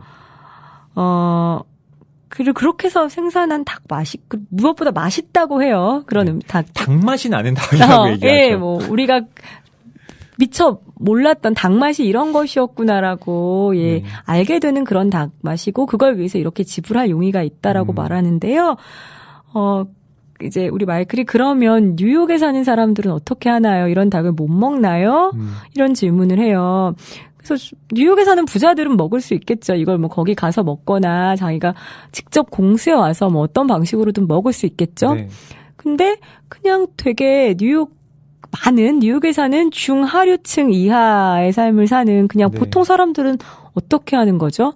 하루에 쓸 수 있는 먹을 것을 위해서 쓸 수 있는 돈이 정해져 있고 그런 시간도 정해져 있는 그런 사람들은 그냥 패스트푸드 먹고 건강 나빠져서 일찍 죽어도 된다라는 논리인가요? 그렇다면 그런 의문이 굉장히 자연스럽게 들더라고요. 네. 그러니까 어쨌든 유기농에 책정된 가격이 그러니까 좋은 식품이라고 되어 있는 것의 가격이 상대적으로 높고 그것이 경제적으로 좀 어려운 사람들에게는 상당히 부담이 되는 것이기도 하고요. 그러니까 그러니까 새로운 계층화를 고착시키는 그런 느낌이죠. 그래서 그런 연구들 많잖아요. 그 미국에서 그러니까 비만 아들은 되게 빈곤 가정의 자녀들이다. 왜냐하면 싼 그런 냉동식품이나 이런 패스트푸드들을 먹고 열량에 대해서 관심 없이 그냥 뭐 입에 달고 맛있는 거 그냥 먹고 싸고 그런 거 먹고 관리 받지 못하니까. 그렇지만 부자들은 다 되게 날씬하고 몸에 좋은 유기농에 홍초 뿌려 먹나? 뭐 이런 거는 모르겠지만 그러니까 몸에 이렇게 최소한의 관심을 기울일 수 있는 사람들은 되게 날씬하고 그래서 더욱 더 매력 있게 되고 더욱 더 많은 자본을 갖게 되고 이거 무슨 순환의 논리죠? 아무튼 이런 자본주의 세상에서 우리가 이렇게 여유가 있는 사람들이 나는 닭다운 닭을 내 돈 내고 먹겠다는데 내 건강을 위해서 그리고 이 세계를 위해서라고 말하는 것을 어떻게 바라봐야 하는지에 대한 문제가 또 생겨요. 네. 그것을 보편화시킬 수 있는 방안을 찾지 않으면 사람을 넘어 생태계 자체가 거의 붕괴될 수도 있다는 지점을 지금 이 저자는 이야기하고 있다고 생각하거든요. 그러니까 유기농을 특수한 계층에게만 공급하는 것이 아니라 그것을 확산시키면 훨씬 더 낮은 가격으로 모든 사람들에게 공급될 수 있는 형태로 바뀌어갈 수 있을 것이고 이상적으로는 그렇죠. 네. 그런데 이제 그게 현실적으로 얼마나 가능할 것인가. 어려울지라도 어쨌든 시도하지 않으면 이런 형태로 사실 계속 갈 수는 없다고 맞아요. 생각하거든요. 계속 갈 수는 없죠. 네. 그러니까 그것이 되게 지난한 길일지라도 네. 근데 그렇다면 음식 구조만 개선해서 되는 문제가 아니라 음식 사슬은 커다란 자본주의 사슬의 되게 일부이기 때문에 또 우리가 사는 방식 자체, 현대인의 삶 자체를 바꾸지 않으면 어려울 것 같아요. 네. 그러니까 뭐 먹는 것이 정치적인 행위라고 지금 이 책에서도 단정적으로 이야기하고 있기도 한데요. 바로 그 먹는 것을 바꾸는 행위부터 우리가 실제로는 정치적 행위를 할 수도 있다는 것이죠. 그러니까 작은 할 수 있다는 거죠. 그리고 사실 뭐 텃밭에서 아주 쉽게 예를 들어서 말하면 텃밭에서 뭐 상추, 고추 이런 거 재배해서 도심에서도 그렇게 하는 분 있는데 그러면 뭐 허브를 이렇게 해서 먹는다든지 그 생활이 좀 달라지시더라고요. 예. 네, 뭐 작은 주말 농장 같은 걸 뭐 하시는 분들도 그렇고 그러니까 조금 가치를 지금 내가 살고 있는 이 도시의 치열한 삶이 아니라 조금 다른 가치로 이렇게 나누어서 이렇게 무게 중심을 많이 이렇게 분산시키는 그런 모습들을 볼 수 있는 것 같아요. 많이 더 치열한 경쟁 사회에서 어떤 것을 내려놓는 네네 그런 것들과도 다 관련이 있지 않을까 싶어요. 네. 여기서 짚고 넘어가야 될 것이 채식, 그러니까 뭐 채소 부분에 대해서는 그렇게 해결할 수 있다고 해요. 그런데 인간이라는 종이 다른 종을 거칠게 말하면 살해해서 그 고기를 먹는 육식에 대해서는 또 참 많은 견해들이 또 이렇게 새롭게 나올 수가 있습니다. 네. 그래서 우리 마이클도 그랬어요. 그러니까 마이클이 이 유기농 산업에 대한 대안으로 그 3장에서 말하고 있는 것이 수렵 채집으로서의 음식 사슬인데요. 네. 여기서는 근데 대안이라기보다는 일종의 이런 것도 있다라는 것을 그럴 수도 제시한 있고요. 것 같아요. 그래서 그가 한번 자기가 수렵하고 채집하고 자기가 사냥하고 수렵이죠. 그런 음식만으로 식탁을 차려보겠다고 생각을 합니다. 근데 여기에서 인상적이었던 부분은요. 그래서 더 차려보고 싶었다. 내가 원하는 건 음식 사슬이 가장 짧은 식사였다.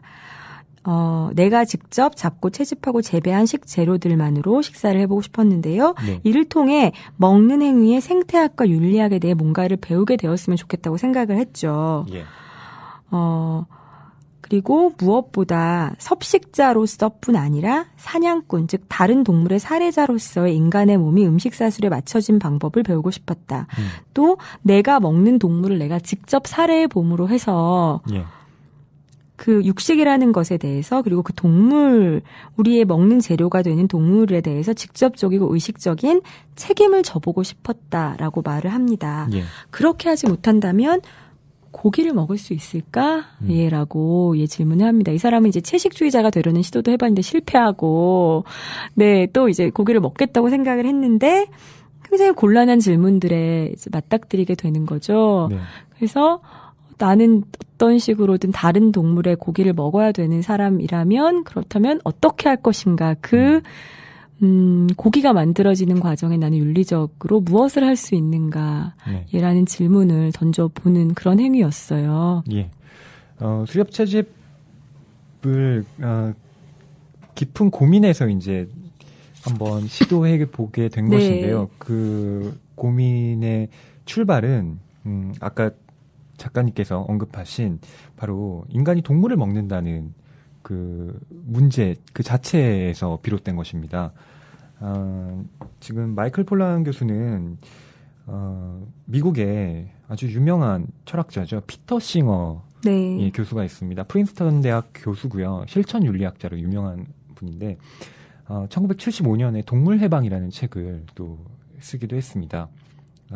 또 뭐 짐 메이슨이라는 농부이자 변호사인 그 사람과 죽음의 밥상이라는 또 책을 쓰기도 했는데요. 여기서 이제 동물의 어떤 권리를 이야기를 하는데 지금 잡식동물의 딜레마에서는 피터 싱어의 그 견해를 인용하고 있습니다. 거기에 대해서 어떻게든 반박을 해보려고 네. 작가 나름대로 고민을 하고 있는데요. 생각보다 피터 싱어 교수의 이 논리가 단단합니다. 예를 들어서 이런 얘기를 하고 있는데요. 인간이 아니기 때문에 침팬지를 도덕적 고려에서 배제하는 것은 백인이 아니기 때문에 노예를 도덕적 고려에서 배제하는 것과 다르지 않다. 이를 인종차별주의라고 하는 것과 비슷하게 동물 권리를 옹호하는 사람들은 단지 인간이 아니기 때문에 침팬지를 차별하는 것을 종차별주의자라고 부른다. 하지만 흑인과 백인의 차이는 내 아들과 침팬지의 차이에 비해 사소하지 않은가? 싱어는 우리에게 사소한 이유로 예컨대 지능을 이유로 차별하는 가상사회를 상상해보라고 한다. 사실 그렇겠지만 그런 체제가 평등에 대한 우리의 인식에 위배된다면 동물들이 이런저런 인간적 특성이 없다는 사실이 어떻게 그보다 더 합당한 차별의 이유가 될 수 있겠는가? 그의 결론에 따르면 우리는 정신지체인을 공정하게 다루고 있을지 모르지만 고등동물을 공정하게 다루고 있지는 않다. 네, 이렇게 이야기를 합니다. 그러니까 이 동물 윤리학에 관련된 것이 생각보다 그렇게 단순하지 않고 그럼요. 예, 네. 이것이 확장이 되면 그러니까 뭐 장애인이라든가 네네. 뭐 이런 식의 인간 내부의 또 차별과 또 연관이 네, 되는 문제이기 때문에 그렇게 쉽게 접근할 수 있는 문제는 아니라고 이야기를 합니다. 네. 그러면서 이제 마이클 폴란 교수는 그래 나는 종차별주의자다 이렇게 네. 결론을 내리고 있기도 한데요. 네. 그것을 인정한다고 해도 진짜 그 인간이 아니기 때문에 우리는 다른 종을 살해할 수 있다. 네. 이런 윤리적인 문제를 그렇게 쉽게 벗어날 수 있을 것 같진 않아요. 네, 우리가 먹는다는 것을 위해서 다른 종을 고통스럽게 하는 게 가능한가? 이런 문제는 정말 답이 없죠. 뭐 개인적인 답을 또 그때그때 변하기도 하고 신념의 문제일 수도 있고 그렇지만 어떤 정답, 사회적인 우리가 모두가 공유하고 모두가 고개를 끄덕일 수 있는 그런 답은 참 찾기 어려워요. 네. 그러니까 가령 저는 이런 거라고 보는데요. 저는 왜 저녁 시간대 맛집 이렇게 네. 다큐멘터리라고 네. 해야 될까요? 탐방, 뭐 탐방 이렇게 네. 하면서 카메라로 네네. 찍는 그런 프로그램들 많잖아요. 근데 거기 보면 어떤 소를 보면서 혹은 돼지를 보면서 저놈 참 맛있게 생겼다라든가 어떤 화를 보면서 참 이렇게 파닥파닥하는 생선을 보면 이렇게 손에 들면서 참 싱싱하죠 여러분 막 이렇게 하는 그 리포터 이 환한 웃음을 볼 때마다 사실 좀 끔찍한 생각이 들기도 하거든요. 그러니까 어떤 생물을 먹을거리로만 계속 보는 거예요. 저 어류가 인간의 식량으로서 그러니까 나는 인간의 식량이 되어야지라고 태어난 게 아닐 거잖아요. 네. 내가 무슨 보편적인 박애주의자가 아니고 그런 식으로 태어난 게 아니라 그들 나름대로의 어떤 생존을 하고 있는데 네. 그것이 단순한 어떤 저건 참 요리하면 맛있는 거 이렇게 네. 받아들여지는 것에 대해서 아무리 내가 인간이지만 저렇게 보는 게 괜찮을까? 이런 어떤 윤리적인 문제를 불편하게 생각하게 되더라고요. 네, 맞아요. 그래서 그 일본에서 핏장은 내 친구라는 그런 영화가 나왔었죠. 그래서 화제가 되기도 했는데 정말 언제죠? 한 20여 년 전에 그 일본 오사카에서 그런 교육을 하는 초등학교가 있었다고 네. 하죠. 뭐 지금도 그러는지는 잘 모르겠는데요. 그래서 그것이 다큐멘터리로 제작이 되어서 되게 많은 사람들의 화제가 되었고, 그걸 이제 극영화로 만든 것이 핏장은 내 친구인데요. 거기 보면 그래서 아마 이런 교육을 위해서 그 핏장이 바로 피그장이죠. 네, 네, 그래서 돼지, 아기 돼지를 어떤 초등학교의 어떤 반에서 그 애완돼지로 키웁니다. 네. 그래서 모든 아이들이 걔를 이름을 핏장이라고 붙여주면서 그 우리 마치 교실에서 금붕어를 키우거나 뭐 화분을 키우는 것처럼 되게 사랑하고 예뻐하면서 잘 키우죠. 그러다가 그걸로 끝나면 좋았을 것을 그 교육의 목적은 그 너머에 있었기 때문에 어느 정도 이렇게 큰 식용 돼지를 네, 원래 이 돼지는 식용 돼지였어라고 하면서 그리고 아이들도 처음부터 그 목적을 알고 있었죠. 예. 그러면서 정이 들 대로 든 우리 애완돼지를 도축장에 보냅니다. 그래서 그때 제가 저는 인터넷으로 어떤 스틸 사진들을 봤는데요. 그 영화의 한 장면인지 실제 그 소년들의 표정인지는 모르겠지만 그 돼지를 보낼 때의 그 어린이들의 표정이 진짜 엄청나게 생생해요. 예.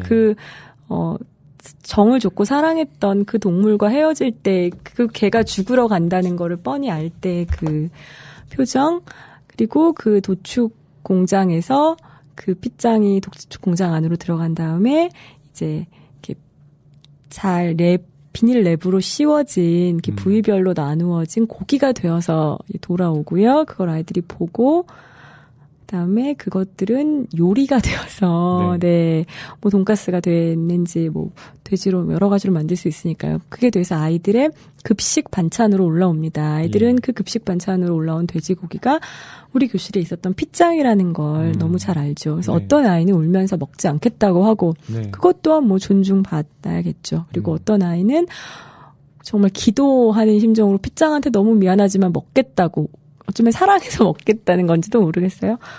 그런 기도하는 표정으로 먹는 아이도 있고요. 그렇지만 그 경험을 하지 않은 아이와 그 경험을 한 아이는 앞으로 육식을 대하는 태도가 다를 수밖에 없겠죠. 네. 저는 불교 신자는 아닙니다만, 뭐 그렇다고 제가 뭐 기독교 신자도 아닙니다. 저는 종교가 없는데요.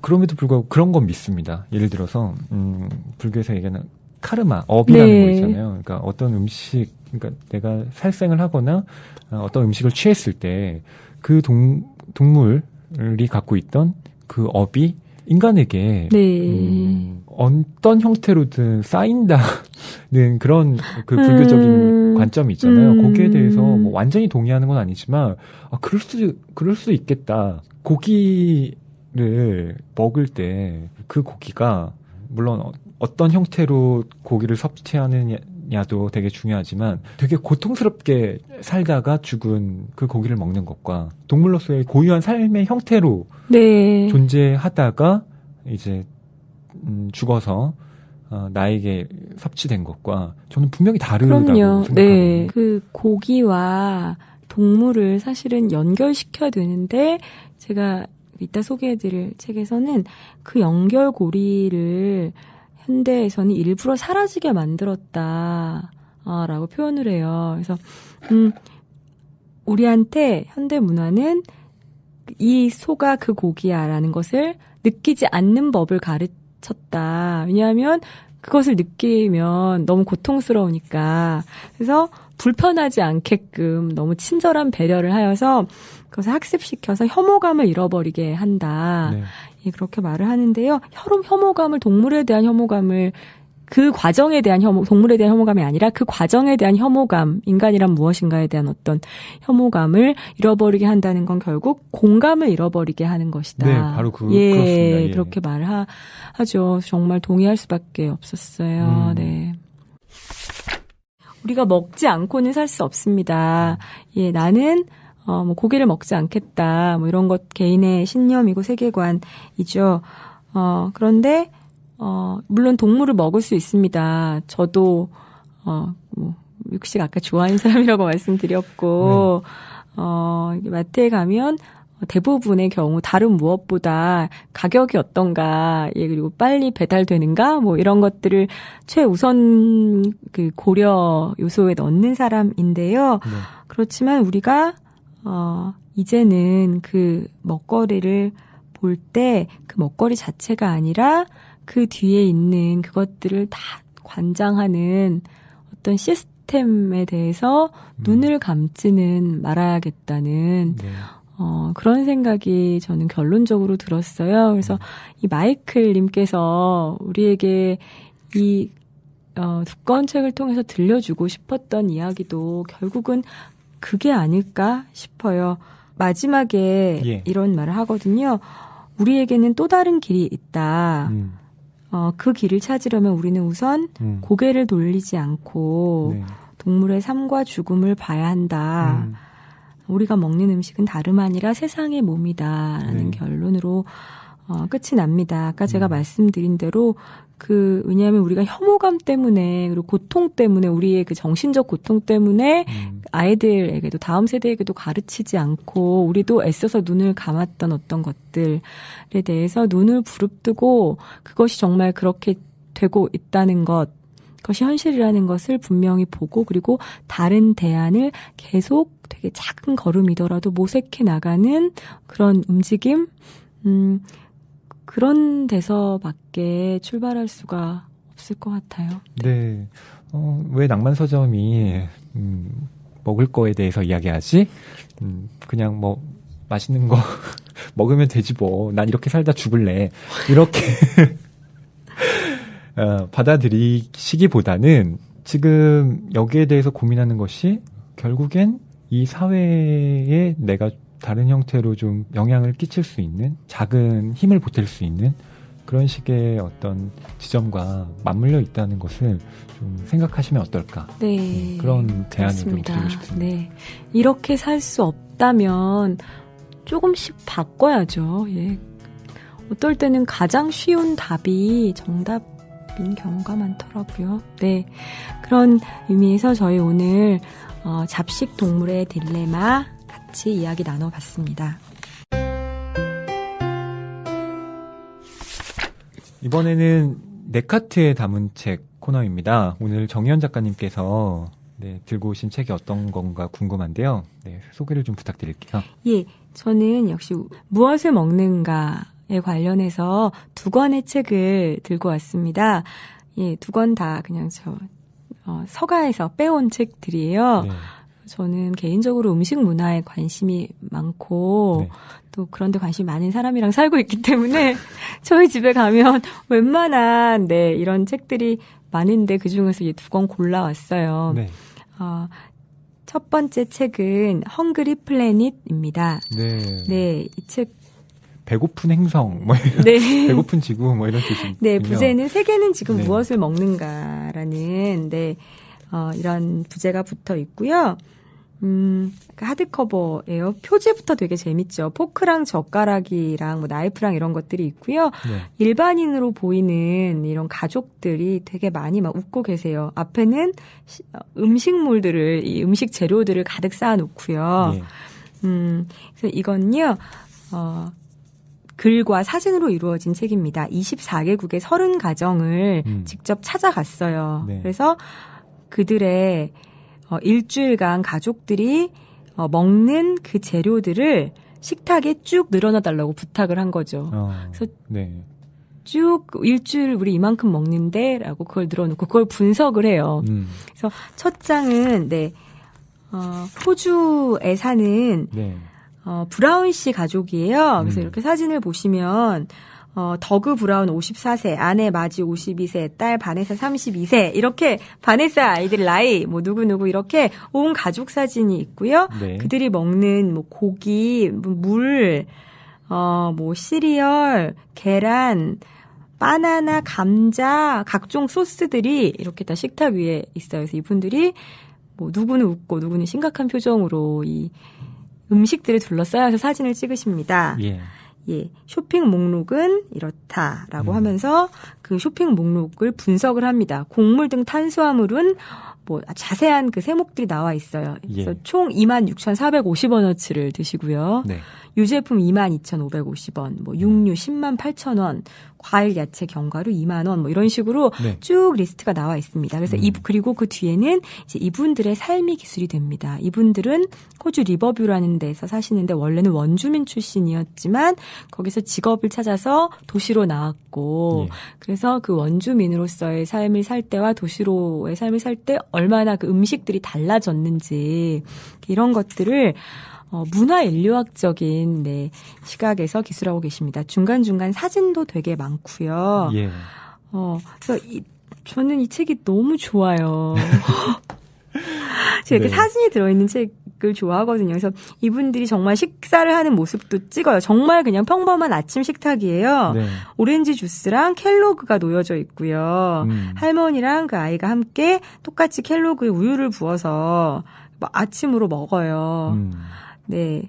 그래서 딸은 자신이 먹을 스크램블 에그를 만드느라 여기서 빠져 있고 남자아이들은 알아서 시리얼과 샌드위치를 챙겨 먹고 할아버지는 고기와 양파를 볶고 빵에 버터를 발라 구우시고 또 아내는 시리얼과 주스만 먹는지 왜냐하면 살을 빼야 되기 때문에 잘 감시를 하고 이런 식의 그들의 삶의 모습들이 나와 있고요. 마지막에는 우리 집 대표 요리 이래서 이 마지 브라운 할머니의 호주산 야생 복숭아 파이를 만드는 방법도 들어 있습니다.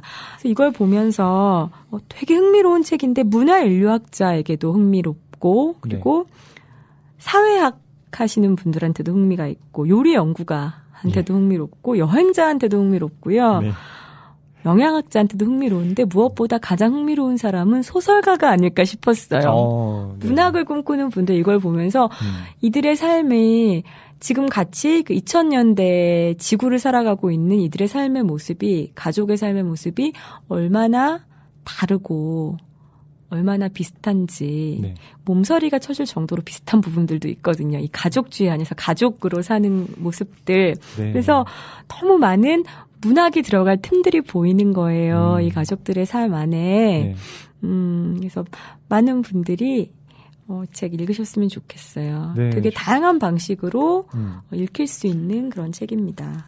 저도 헝그리 플래닛을 읽었는데요. 이 사람들이 식사를 통해서 어떠한 행복을 느끼고 또한 어떠한 또 갈등도 있는가가 이 안에 또 잘 드러나기 때문에 재밌죠. 그 세대 간의 어떤 단절, 갈등 이런 것들이 그 가족 밥상에 그대로 드러나 있어요.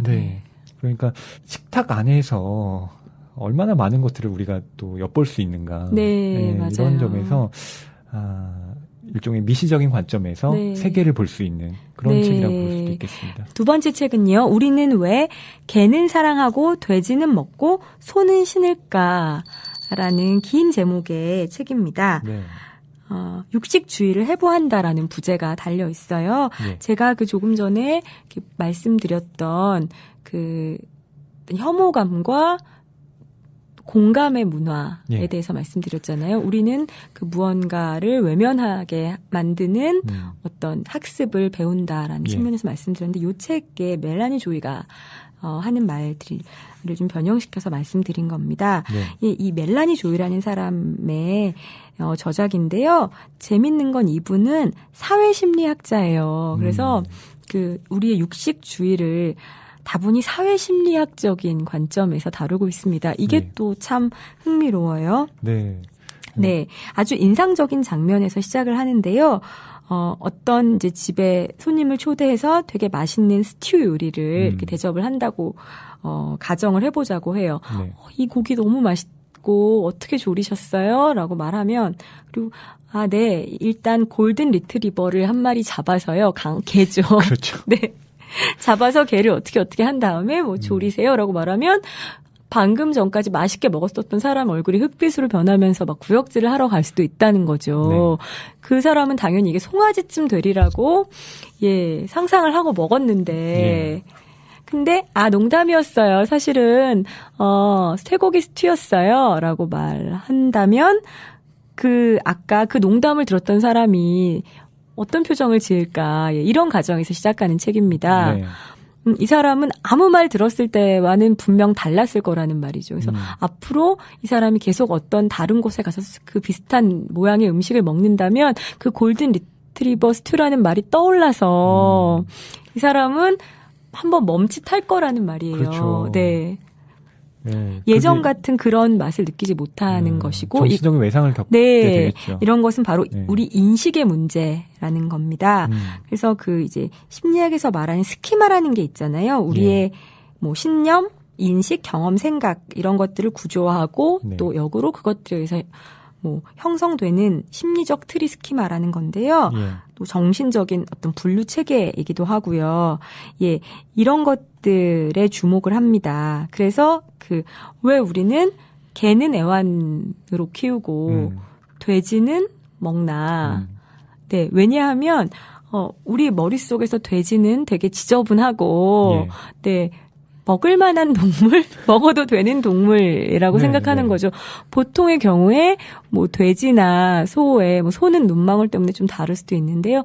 돼지는 되게 지저분한 데서 살고 그리고 살을 피둥피둥 찌우고 그런 동물이잖아요. 마치 감정이라는 것은 없는 동물로 생각이 된다는 거죠. 그런데 개는 우리한테 그 애완견의 그 역사가 있잖아요. 그래서 걔는 내 아픔을 와서 공감해주고 내가 슬플 때 같이 위로해주고 내 감정을 같이 공감해주는 건 강아지밖에 없어요라고 많이 말을 하는데 우리 돼지는 그래요라고 말하는 사람은 없다는 것. 반려동물로서 존재한다는 거죠. 걔는. 네. 원래 그런 것이라는 이유만으로 어느 종은 먹고 어느 종은 사랑할 수 있는가. 물론 이 개를 같이 먹자는 얘기가 결코 아닙니다. 그 돼지를 애완 돼지로 키우자는 이야기도 아니고요. 이렇게 우리가 과연 돼지를 아무렇지도 않게 삼겹살을 먹고 이런 걸 먹는 행위가 과연 어떤 것일까를 다시 한번 되돌아보자는 그런 의미죠.